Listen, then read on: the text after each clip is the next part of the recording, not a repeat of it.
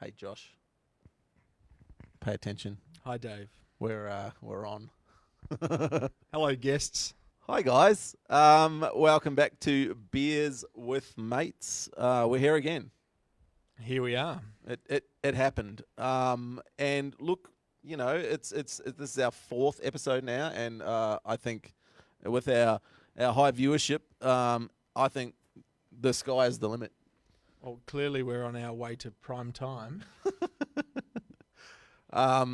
We've been fielding calls all week, and Most of them have been actually complaining that I wasn't on last week's show. And, if anyone wants to go back and watch that and see how absolutely smoothly it went without Josh, the back and forth was just as good.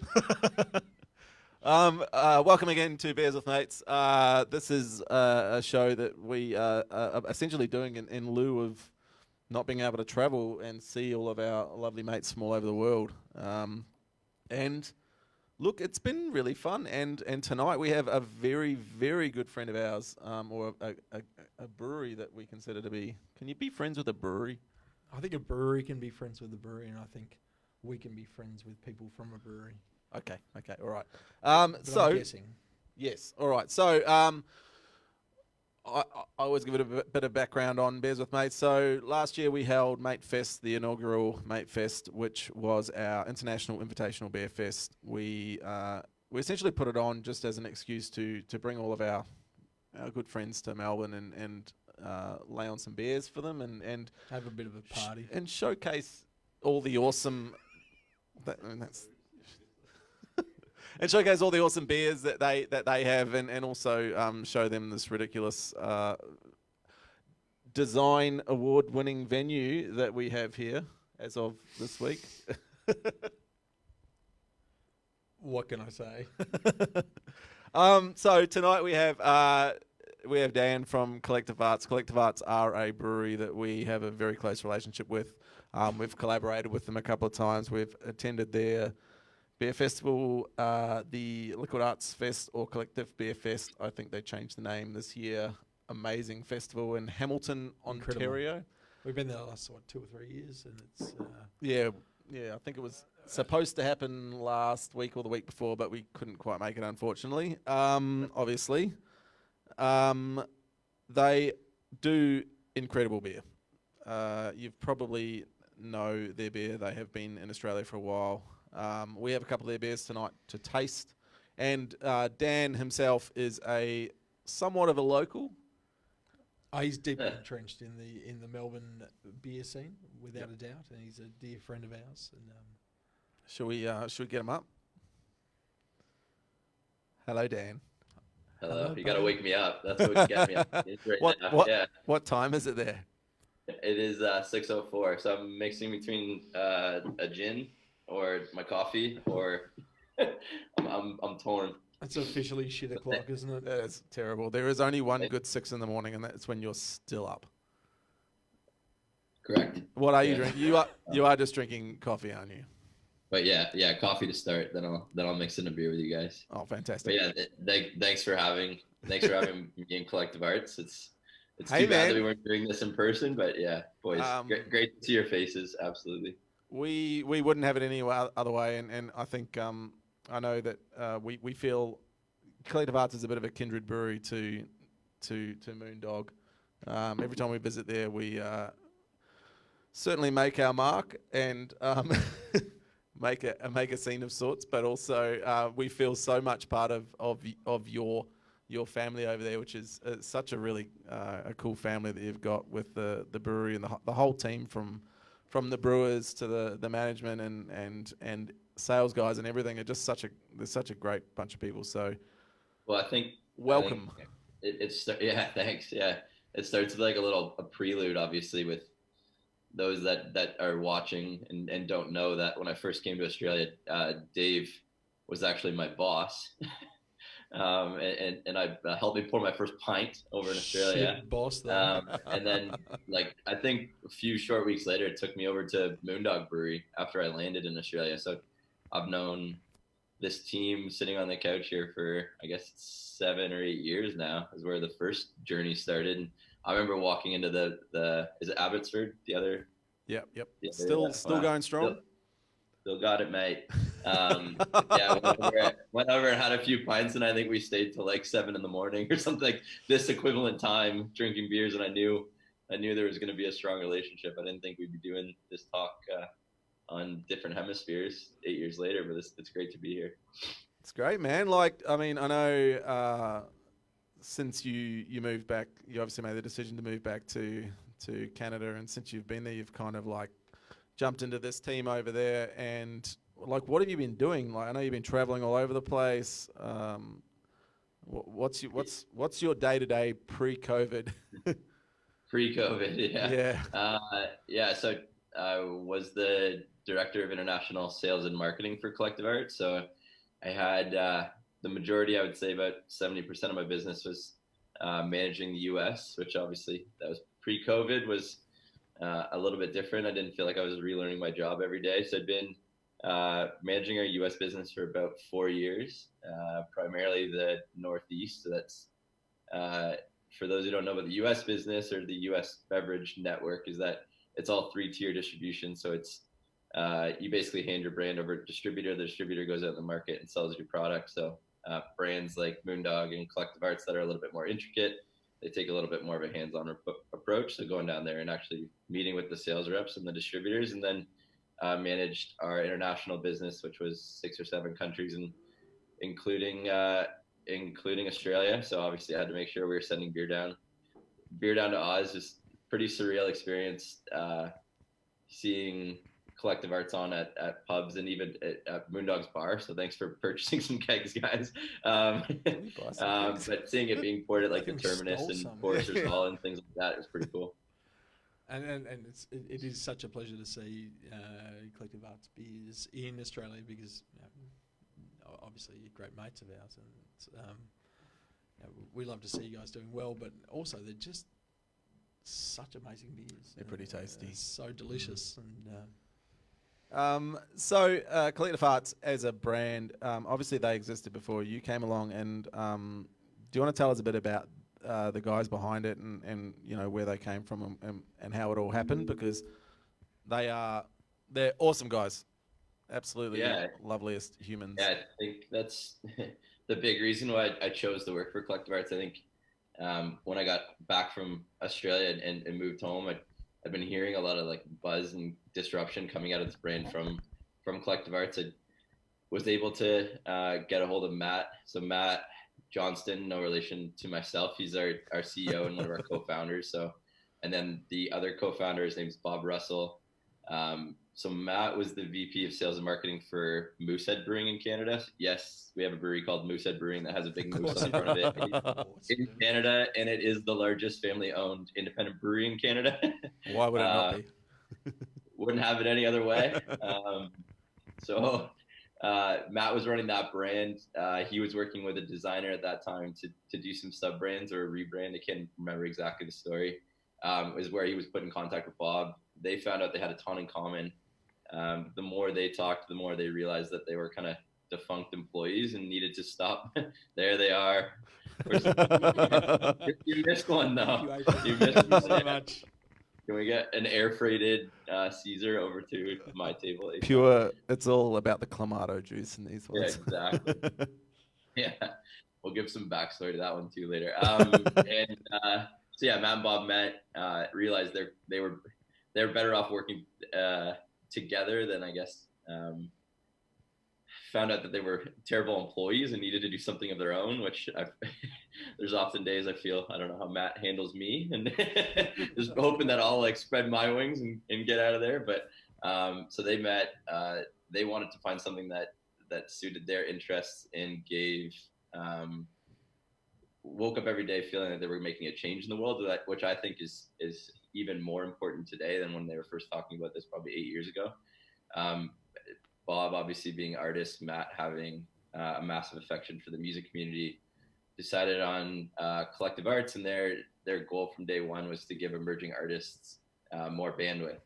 And what better vessel to give emerging artists more bandwidth than through a can of beer, where they could spread global emerging artists through a $3 beer can, so people could make a small investment in a beer can to be able to take home a beautiful piece of art and then be connected with an artist from the other side of the world. And to date, we do quarterly calls for art. So we have artists around the world submit directly under our website. It's a free process. We've had over 20,000 artists submit from over 40 different countries. It's unbelievable. And we've put over 1,500 artists on our packaging, paid every single one of those artists, and then behind that, throw some really cool activations with this global arts community. Yeah, we actually, Dan, as part of our Moondog team, recently brought on a graphic designer Mariah has featured on a Collective Arts beer can. Oh, no way. Yeah, one of her That's artworks has gone into circulation in your range somewhere. I'm not sure which beer exactly it was, but it was I would have known that. I would have tracked it down. Yeah, that's awesome. That's absolutely super cool. amazing coincidence, and we were so stoked to hear it. She's a really talented designer. Done some. It was the cider, Was it a cider? Cider. Producers selling Oh, us a cider. Cider is actually that's probably one of the not that you can grade which can you want to be on, but cider, for example, we have I don't know, 30, 40, 50 beers that we release in a year, but cider we only really release 2 or 3. So when you get when the ciders go into distribution, they stay in distribution for quite some time, and so that if you're going to be an artist on any can, you really want to bank on or hope on getting cider. So a lot of touches. Me and Dave kind of rate ourselves as pretty reasonable doodlers. We doodle. We can doodle a bit, we can doodle a lot.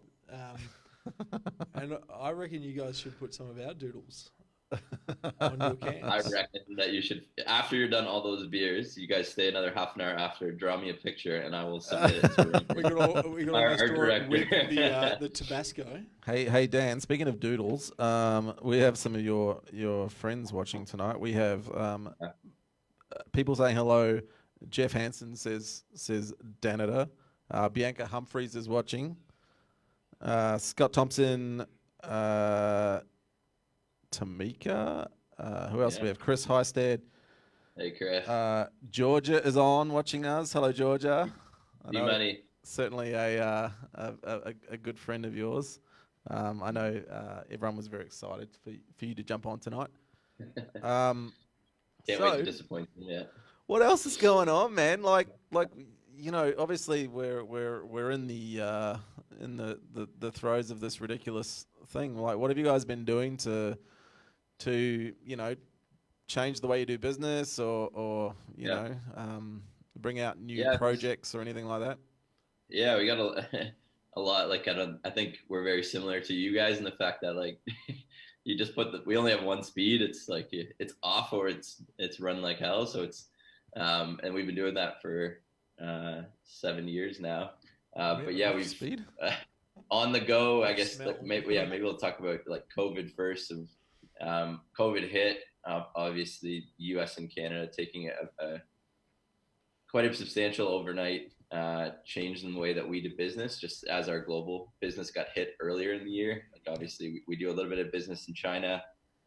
We have a new international sales manager. His name's Pete. So he took that on full steam and kind of paved the way for the way that we handled things once the virus spread east to us. But yeah, as soon as it kind of shut down Canada and North America, our team, luckily, we're full of creative, smart, driven individuals who took this as a challenge. And I think one of the things that our team talked about as soon as this thing hit is smart people love challenges. And so as soon as everything hit, it wasn't more so poor us, poor me. How are we going to get through this? It actually accelerated a lot of programs that we had that we wanted to get going anyways. So our whole on-premise or bar division jumped into delivery drivers. Our whole communications team and back-end team jumped on getting our website up and live for home deliveries. So we were able to turn around within, I think it's about a few hour radius of the brewery. We're able to turn around same day, basically 4 to 5 hour delivery, 2 hours away from the brewery. And we were within the first week that this hit. So we were fortunate enough to not have to lay off any of our sales team, turn them into delivery drivers.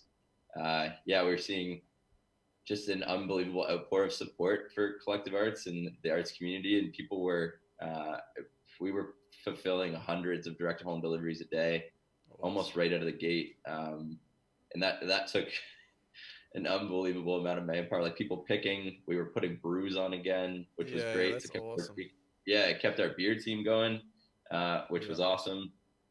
And most of that was coming from the Hamilton area, or was No, yeah, all of Ontario. So we figured out how to do essentially 24-hour delivery anywhere in Ontario, which obviously Ontario is the largest province in Ontario. It's huge, so that was quite an undertaking. Obviously, we couldn't get the feet to like 4-hour delivery, but anywhere basically around the Greater Toronto area, we were able to pivot and get the home delivery, and then outside of that, we're 1 to 2 day delivery using a delivery company to people's front door. So yeah, it was that kept the team going. Absolutely. So Hamilton, where Collective Arts is based, is about an hour's drive south of Toronto, and it's something that I guess when we first visited, we didn't really know anything about Hamilton. It's a place. It's definitely a place. A very, very strong smelting town. Smelting, lots of heavy industry. Mm-hmm. So I think the best way to explain Hamilton is it was this extremely like blue collar city, like an hour away from Toronto. So essentially, our brewery sits an hour or so north of Buffalo, like the New York border, and then about an hour from Toronto, depending on traffic. Not far from Niagara Falls, as we found out. Yeah. Don't go to Niagara Falls. Yeah, whatever you do. You haven't seen anything unless you've seen Dave Langlands in a barrel going over the edge. I'd pay to see that. I aim to entertain and entertain. I do. We have some more friends here. Murray Robinson is watching. Paul Sultana of Two Birds, who's a absolute fucking legend. I'm not allowed to say that word. He got bleeped out. Manning, Pat Timms is on the line. Oh, Patty. On the line. Hi, Pat. How are you? Hey, we're going to drink one of your beers. We've got a Prophets and Nomads, Great. Himalayan sea salt and coriander Gose. And to be clear, to clarify Dave's accent, it's prophets, not prophets and nomads. Prophets. Do you say prophets? Well, I thought it sounded like you said prophets and nomads, like your muck of the money.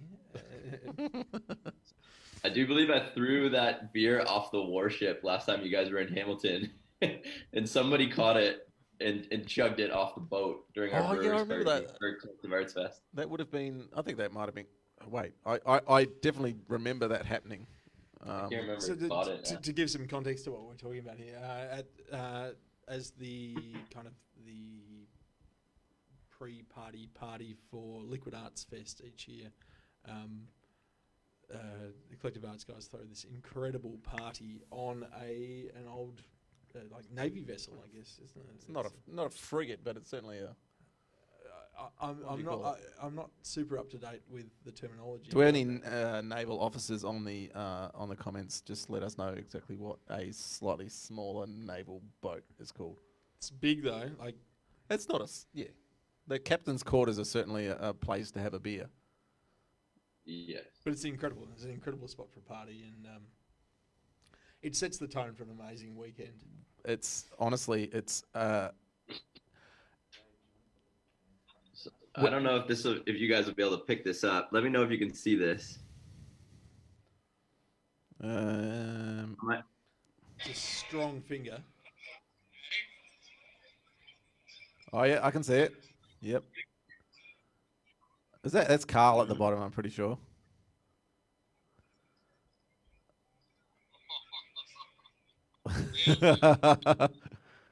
What's going on? He threw the beer down and he caught it and drank it.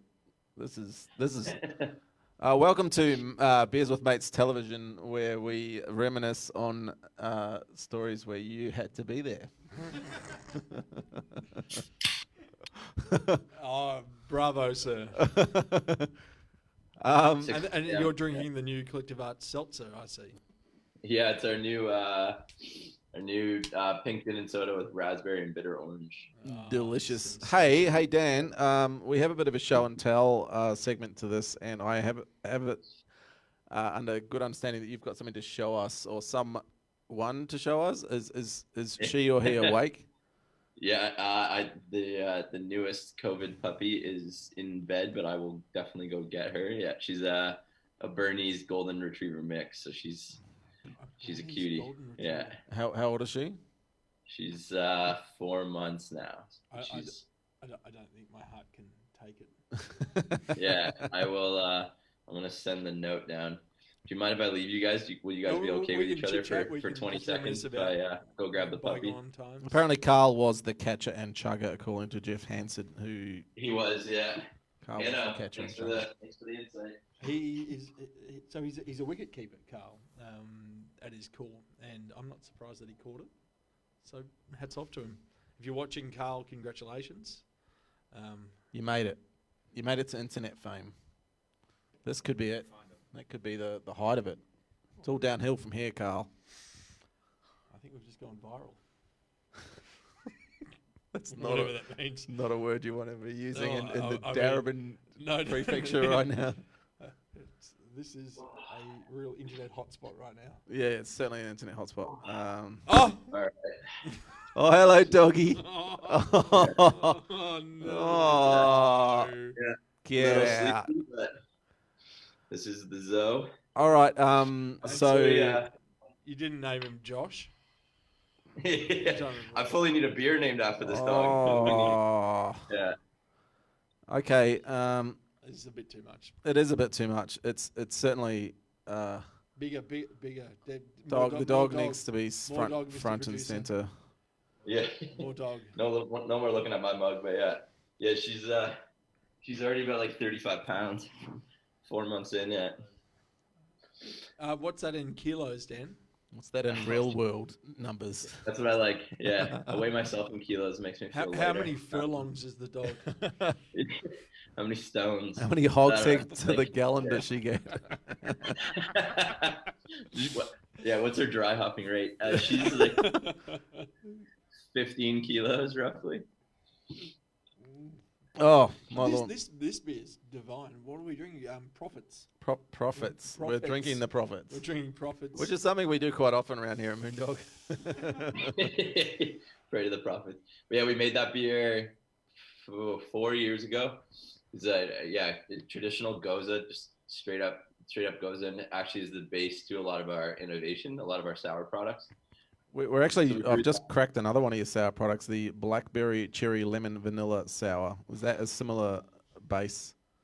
Yeah, that one's a different base. We used we use the Berliner base for that product, but we essentially have two bases. We use like our jam up base, which is our dry hop sour, and then we have our Gose base, and then the brewers have fun with the ingredients they put in the product from there. But yeah, like you guys, tons of fruit. Great. I think it starts making that really clean base, and then you can kind of take it anywhere you want from there. So what's next, Dan? What are you gonna do? Obviously things are beginning to. I mean, they're probably not. Things are beginning to calm down over there a little bit. Yeah. We have some monster plans this year. So we actually released our gin.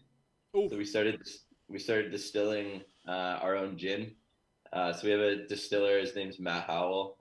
He has a master's degree from Heriot-Watt University. He's a distiller through and through. And we started making spirits last summer and just kind of running at them full tilt this year. So we brewed that, a pink gin. We have a purple gin, which is plum and blackthorn. And then we have an artisanal dry, which is like inspired on like an Asian 5-spice. So we kind of make anything that we want to drink on a regular basis so that we can, whenever we're out of the pub, we can drink Collective Art spirit stuff and keep it going. Yeah, it's very, very, very. That's kind of been the mantra from day one. Like if we don't drink it, we won't make it. That's kind of the rule. Yeah. And if we do drink it and we're drinking someone else's product, we should probably make it. Is like kind of the rules. And then a few years in the making, but we should be opening up our new brewery in Brooklyn, New York, this year. Oh, unbelievable. Yeah, so we remember speaking to you obviously guys. pre-COVID, we're on pace to open this summer. Post-COVID, New York's obviously still a massive hotspot. Um, so things are slow right now, but we should be open by November of this year. Yeah, it's roughly a 10,000 square foot space. Yeah, full brewing, full packaging capabilities, full retail store. We've got like seating, food. We're doing like a really nice like Mexican inspired menu. We have a cocktail bar downstairs, and then yeah, we're gonna try and do as many collabs as possible. Airship some beers over to Brooklyn. Obviously, trying to invest ourselves really heavily with the New York beer community, who's been nothing but awesome to us since day one. Now the dog's up. Now the dog's up. Yeah, That's unbelievable. That's really, really exciting. but yeah, I remember back. I want to say 2 years ago, chatting to Matt, one of the founders at Collective Arts, and you guys were just kind of tossing around the idea of setting up something in Brooklyn, and really once you make the decision to have a crack, you really have a crack at it, don't you? It's pretty amazing. Well, yeah, your guys' space. We did the Instagram live takeover with you guys, and everybody at the brewery was like, "Why don't we have water running through our brewery?" We're like, Why don't well, you have a lagoon, Dan? We don't mean it to Don't be you guys running have a through our brewery. lagoon at your site in Brooklyn? You don't? Yeah, absolutely. Yeah. 3-tier lagoon running up from the pet. No, absolutely. Yeah, that is All the cool quite the undertaking on your behalf. Well, and your Dan. team just be crushing it. All right, so we're very conscious that it is very early in the morning there, and you probably have a very long day ahead of you. Now, Josh, do you want to work on our quick-fire questions for Dan? I'd love to. So we have a few quick-fire questions that we'd like to ask our guests. It gives them a chance to really, for us to judge them on a one-word answer. So And we do judge you. we absolutely do. Someone answered. 8 years of friendship, is aside, it comes down to these 5 questions. So first question is hazy or clear, Dan? Clear. Yep. Lactose or not? Not. Yeah, that's the correct answer. Dark or pale? Oof. Pale. Pale, yeah. Well, this is a no-brainer, really. Dogs or cats? Doggo. Lagoon or no lagoon? Several lagoons. What did you want to be when you grew up, Dan? Dave Langland. Who would play you in the movie of your life? Yeah, post 40 pounds that I gained when I got home from Canada, or Australia Dan weight. I can actually. I think it can be Val Kilmer in both respects. I'm seeing a little. Who's that bloke that was in that film about that thing? Help me out here. It's great That television, bloke right? was in the thing. Come on, man. The one about the country singer and the pop star with Joaquin Phoenix? no Oh. with Lady Gaga and Are you kidding? You're just saying words now. no you know what No, I I'm know talking who. about. If that's who you're talking about, No, it's I'll go get in the gym right now. Oh no, Bradley Cooper. Bradley Cooper. I can see Bradley Cooper, but yeah. Fuck you me. know. Pardon me. Whoop. Oh, that's all right. I did that last week. It was terrible. And then the follow-up question to who would play you in the movie of your life? Who would watch the movie of your life? Just you two sitting on a couch. I'm pretty sure this is the movie of your life right now, and I'm it's pretty sure we're just about to saying watch like it this. again as well. I can't see anybody else. So this we are just going to feels watch it like again. the exact audience I would hit. Look, is there anything else you want to cover? Look, we don't want to keep you all day, and we're quite conscious of the fact that people's attention spans are very short these days. We are planning, while you're on, we are planning a bit of a virtual mate fest of sorts later in the year, and I've already been talking to the guy that buys your beers in Australia to involve you in this, whether you've been involved yet or not. So keep an eye out for that, and also everyone that's watching, keep an eye out for that. We're hoping to bring the beer festival to your home in some sort of retail package. It's yet to be determined. Obviously, Collective Arts will be involved, and all the other people that have been involved in this Beers with Mates series. So thank you very much for watching. And actually, while I've got everyone, Collective Arts, so Near and Far Bar and Fitzroy have Collective Arts on tap at the moment. They also have some in the fridge, which is where we got these lovely beers here. If you want to go out and try some, that's the place to do it. Yeah, and Get on down. I guess if I could say just Melbourne and Moondog especially, and Dave yourself sitting on the couch, you guys have such a special place in Collective Arts heart, in my heart, and like I think everybody you just listed that's here watching, like essential to the position that I'm in now with Collective Arts, and I think without everybody, and special shout out to Pat who worked alongside me at Foresters and the whole team, and I you think guys he's a doctor now, aren't you, Pat? Are you still crushing watching goal Pat? after goal after goal. It just seems to be Like, tell me a little bit before you go. We're curious on how you guys are open now with the new with your location. There are people currently inside both Moondog OG and Moondog World drinking beers right now. They're in very limited numbers. Unfortunately, we've had a bit of a kerfuffle with some more Outbreaks and in Victoria, Yeah. which is challenging. But I'm very hopeful and confident that we'll move out of it pretty soon. But hopefully. I think everybody watching find a way to pick up some Moondog beers. I think there's a lot of great ways to support Moondog and a lot of other local Victorian breweries and pubs and restaurants. There's some pretty good things happening at the moment. To be quite honest, if everyone in the whole of the country just sat at home and watched this for 14 days straight, we'd be cured. So let's. This is the start of the 14-day Beers with Mates marathon. Yeah. Mayor 24 hours a Dave day. and Draft have decided Australia's on 14-day quarantine. So I'm stay going home, worldwide, stay baby. safe. Worldwide. Hey, well, Dan, thank you so much for taking the time to have a chat to us. We could literally talk all night to you, but we go and start your day, have a coffee. Be honest, are you going back to bed? I think I'm gonna keep the gin and soda train going this morning and see how my That's emails go at 9 a.m. I'm a big fan of that. Absolutely lovely to talk to you, mate. Thank you so much. Thanks for having us. We can't wait to get back down to Australia and hopefully do Mates Fest in person soon. Can't wait to get back to Canada. Hopefully this time next year, I guess. It's a beautiful place. Amazing, mate. Thank you so much. Okay, thanks guys. Thanks Josh. Thanks Dave. See you, buddy. Take care, guys. Bye. Dave, we're still online.